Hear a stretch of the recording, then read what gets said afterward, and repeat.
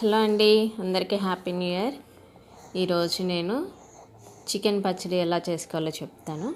ఫస్ట్గా గరం మసాలా చూపించాను కదా, ధనియాలు, చెక్క, లవంగం, ఆకు ఇవన్నీ తీసుకొని మసాలా చేసేసుకొని ఫస్ట్గా చికెన్ నేను ఉడకబెట్టేసుకున్నానండి, ఉప్పు పసుపు వేసి. ఇప్పుడు దీనికి సరిపడా ఆయిల్ తీసుకొని చికెన్ అయితే ఫ్రై చేసేసుకుందాం. చక్కగా గోల్డెన్ కలర్లోకి వచ్చే వరకు చికెన్ ఇలా ఫ్రై చేసేసుకుందాం.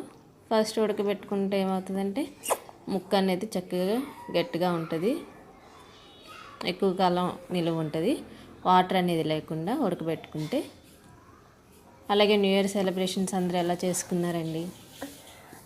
చూసారు కదా, ఇలా చికెన్ చక్కగా ఫ్రై అయిపోతుంది. ఇలా మొత్తం కేజీ చికెన్ ఇలా ఫ్రై చేసేసుకుందాం. ఇలా ఫ్రై చేసేసుకున్న దాన్ని పక్కగా తీసేసుకుందాం.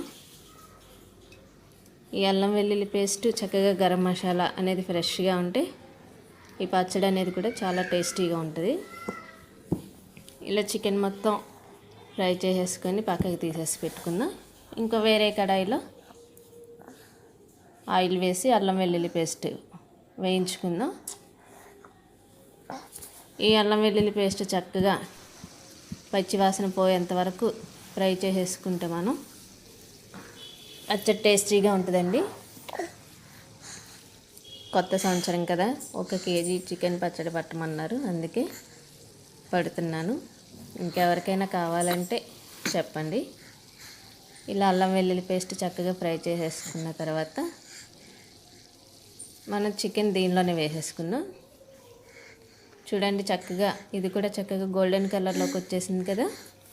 దీన్ని కూడా మనం ఫ్రై చేసేసుకుంది. ఇప్పుడు దీనిలోకి చికెన్ యాడ్ చేసేసుకుందాం. చికెన్ యాడ్ చేసేసుకున్న తర్వాత 1 టీ గ్లాసు కారం యాడ్ చేసేసుకుందాం. ఇప్పుడు దీన్ని అంతా మిక్స్ చేసేసుకుందాం. మిక్స్ చేసేసుకుని మొత్తం కలిసేటట్టు కారం, చూసారు కదా ఎంత స్పైసీగా ఉందో, ఎంత కలర్ఫుల్గా ఉందో. ఇదంతా మిక్స్ చేసేసుకున్న తర్వాత మనం రుచికి సరిపడా సాల్ట్ అయితే యాడ్ చేసేసాను. ఇదంతా అయిపోయిన తర్వాత మనం గరం మసాలా చేసుకున్నాం కదండి, ఫస్ట్లో గరం మసాలా కూడా యాడ్ చేసేసుకొని ఇది పూర్తిగా ఆయిల్ అనేది అబ్జర్వ్ చేసేసింది, చక్కగా ఉంది. ఇంకా మనం చికెన్ చేసిన తర్వాత ఆయిల్ ఉంటుంది కదా, అది కూడా యాడ్ చేసుకోవచ్చు. ఇది పూర్తిగా చల్లారిన తర్వాత నిమ్మరసం పోసుకున్నాము. ఇది అంతా అయిపోయాక ఇలా మిక్స్ చేసేసుకుంటే చికెన్ పచ్చడి అనేది రెడీ అయిపోయిందండి. మనకి ఆయిల్ కావాలంటే చికెన్ ఫ్రై చేసుకున్నాం కదా, అది ఆయిల్ యాడ్ చేసుకోవచ్చు. ప్రస్తుతానికైతే అవసరం లేదు.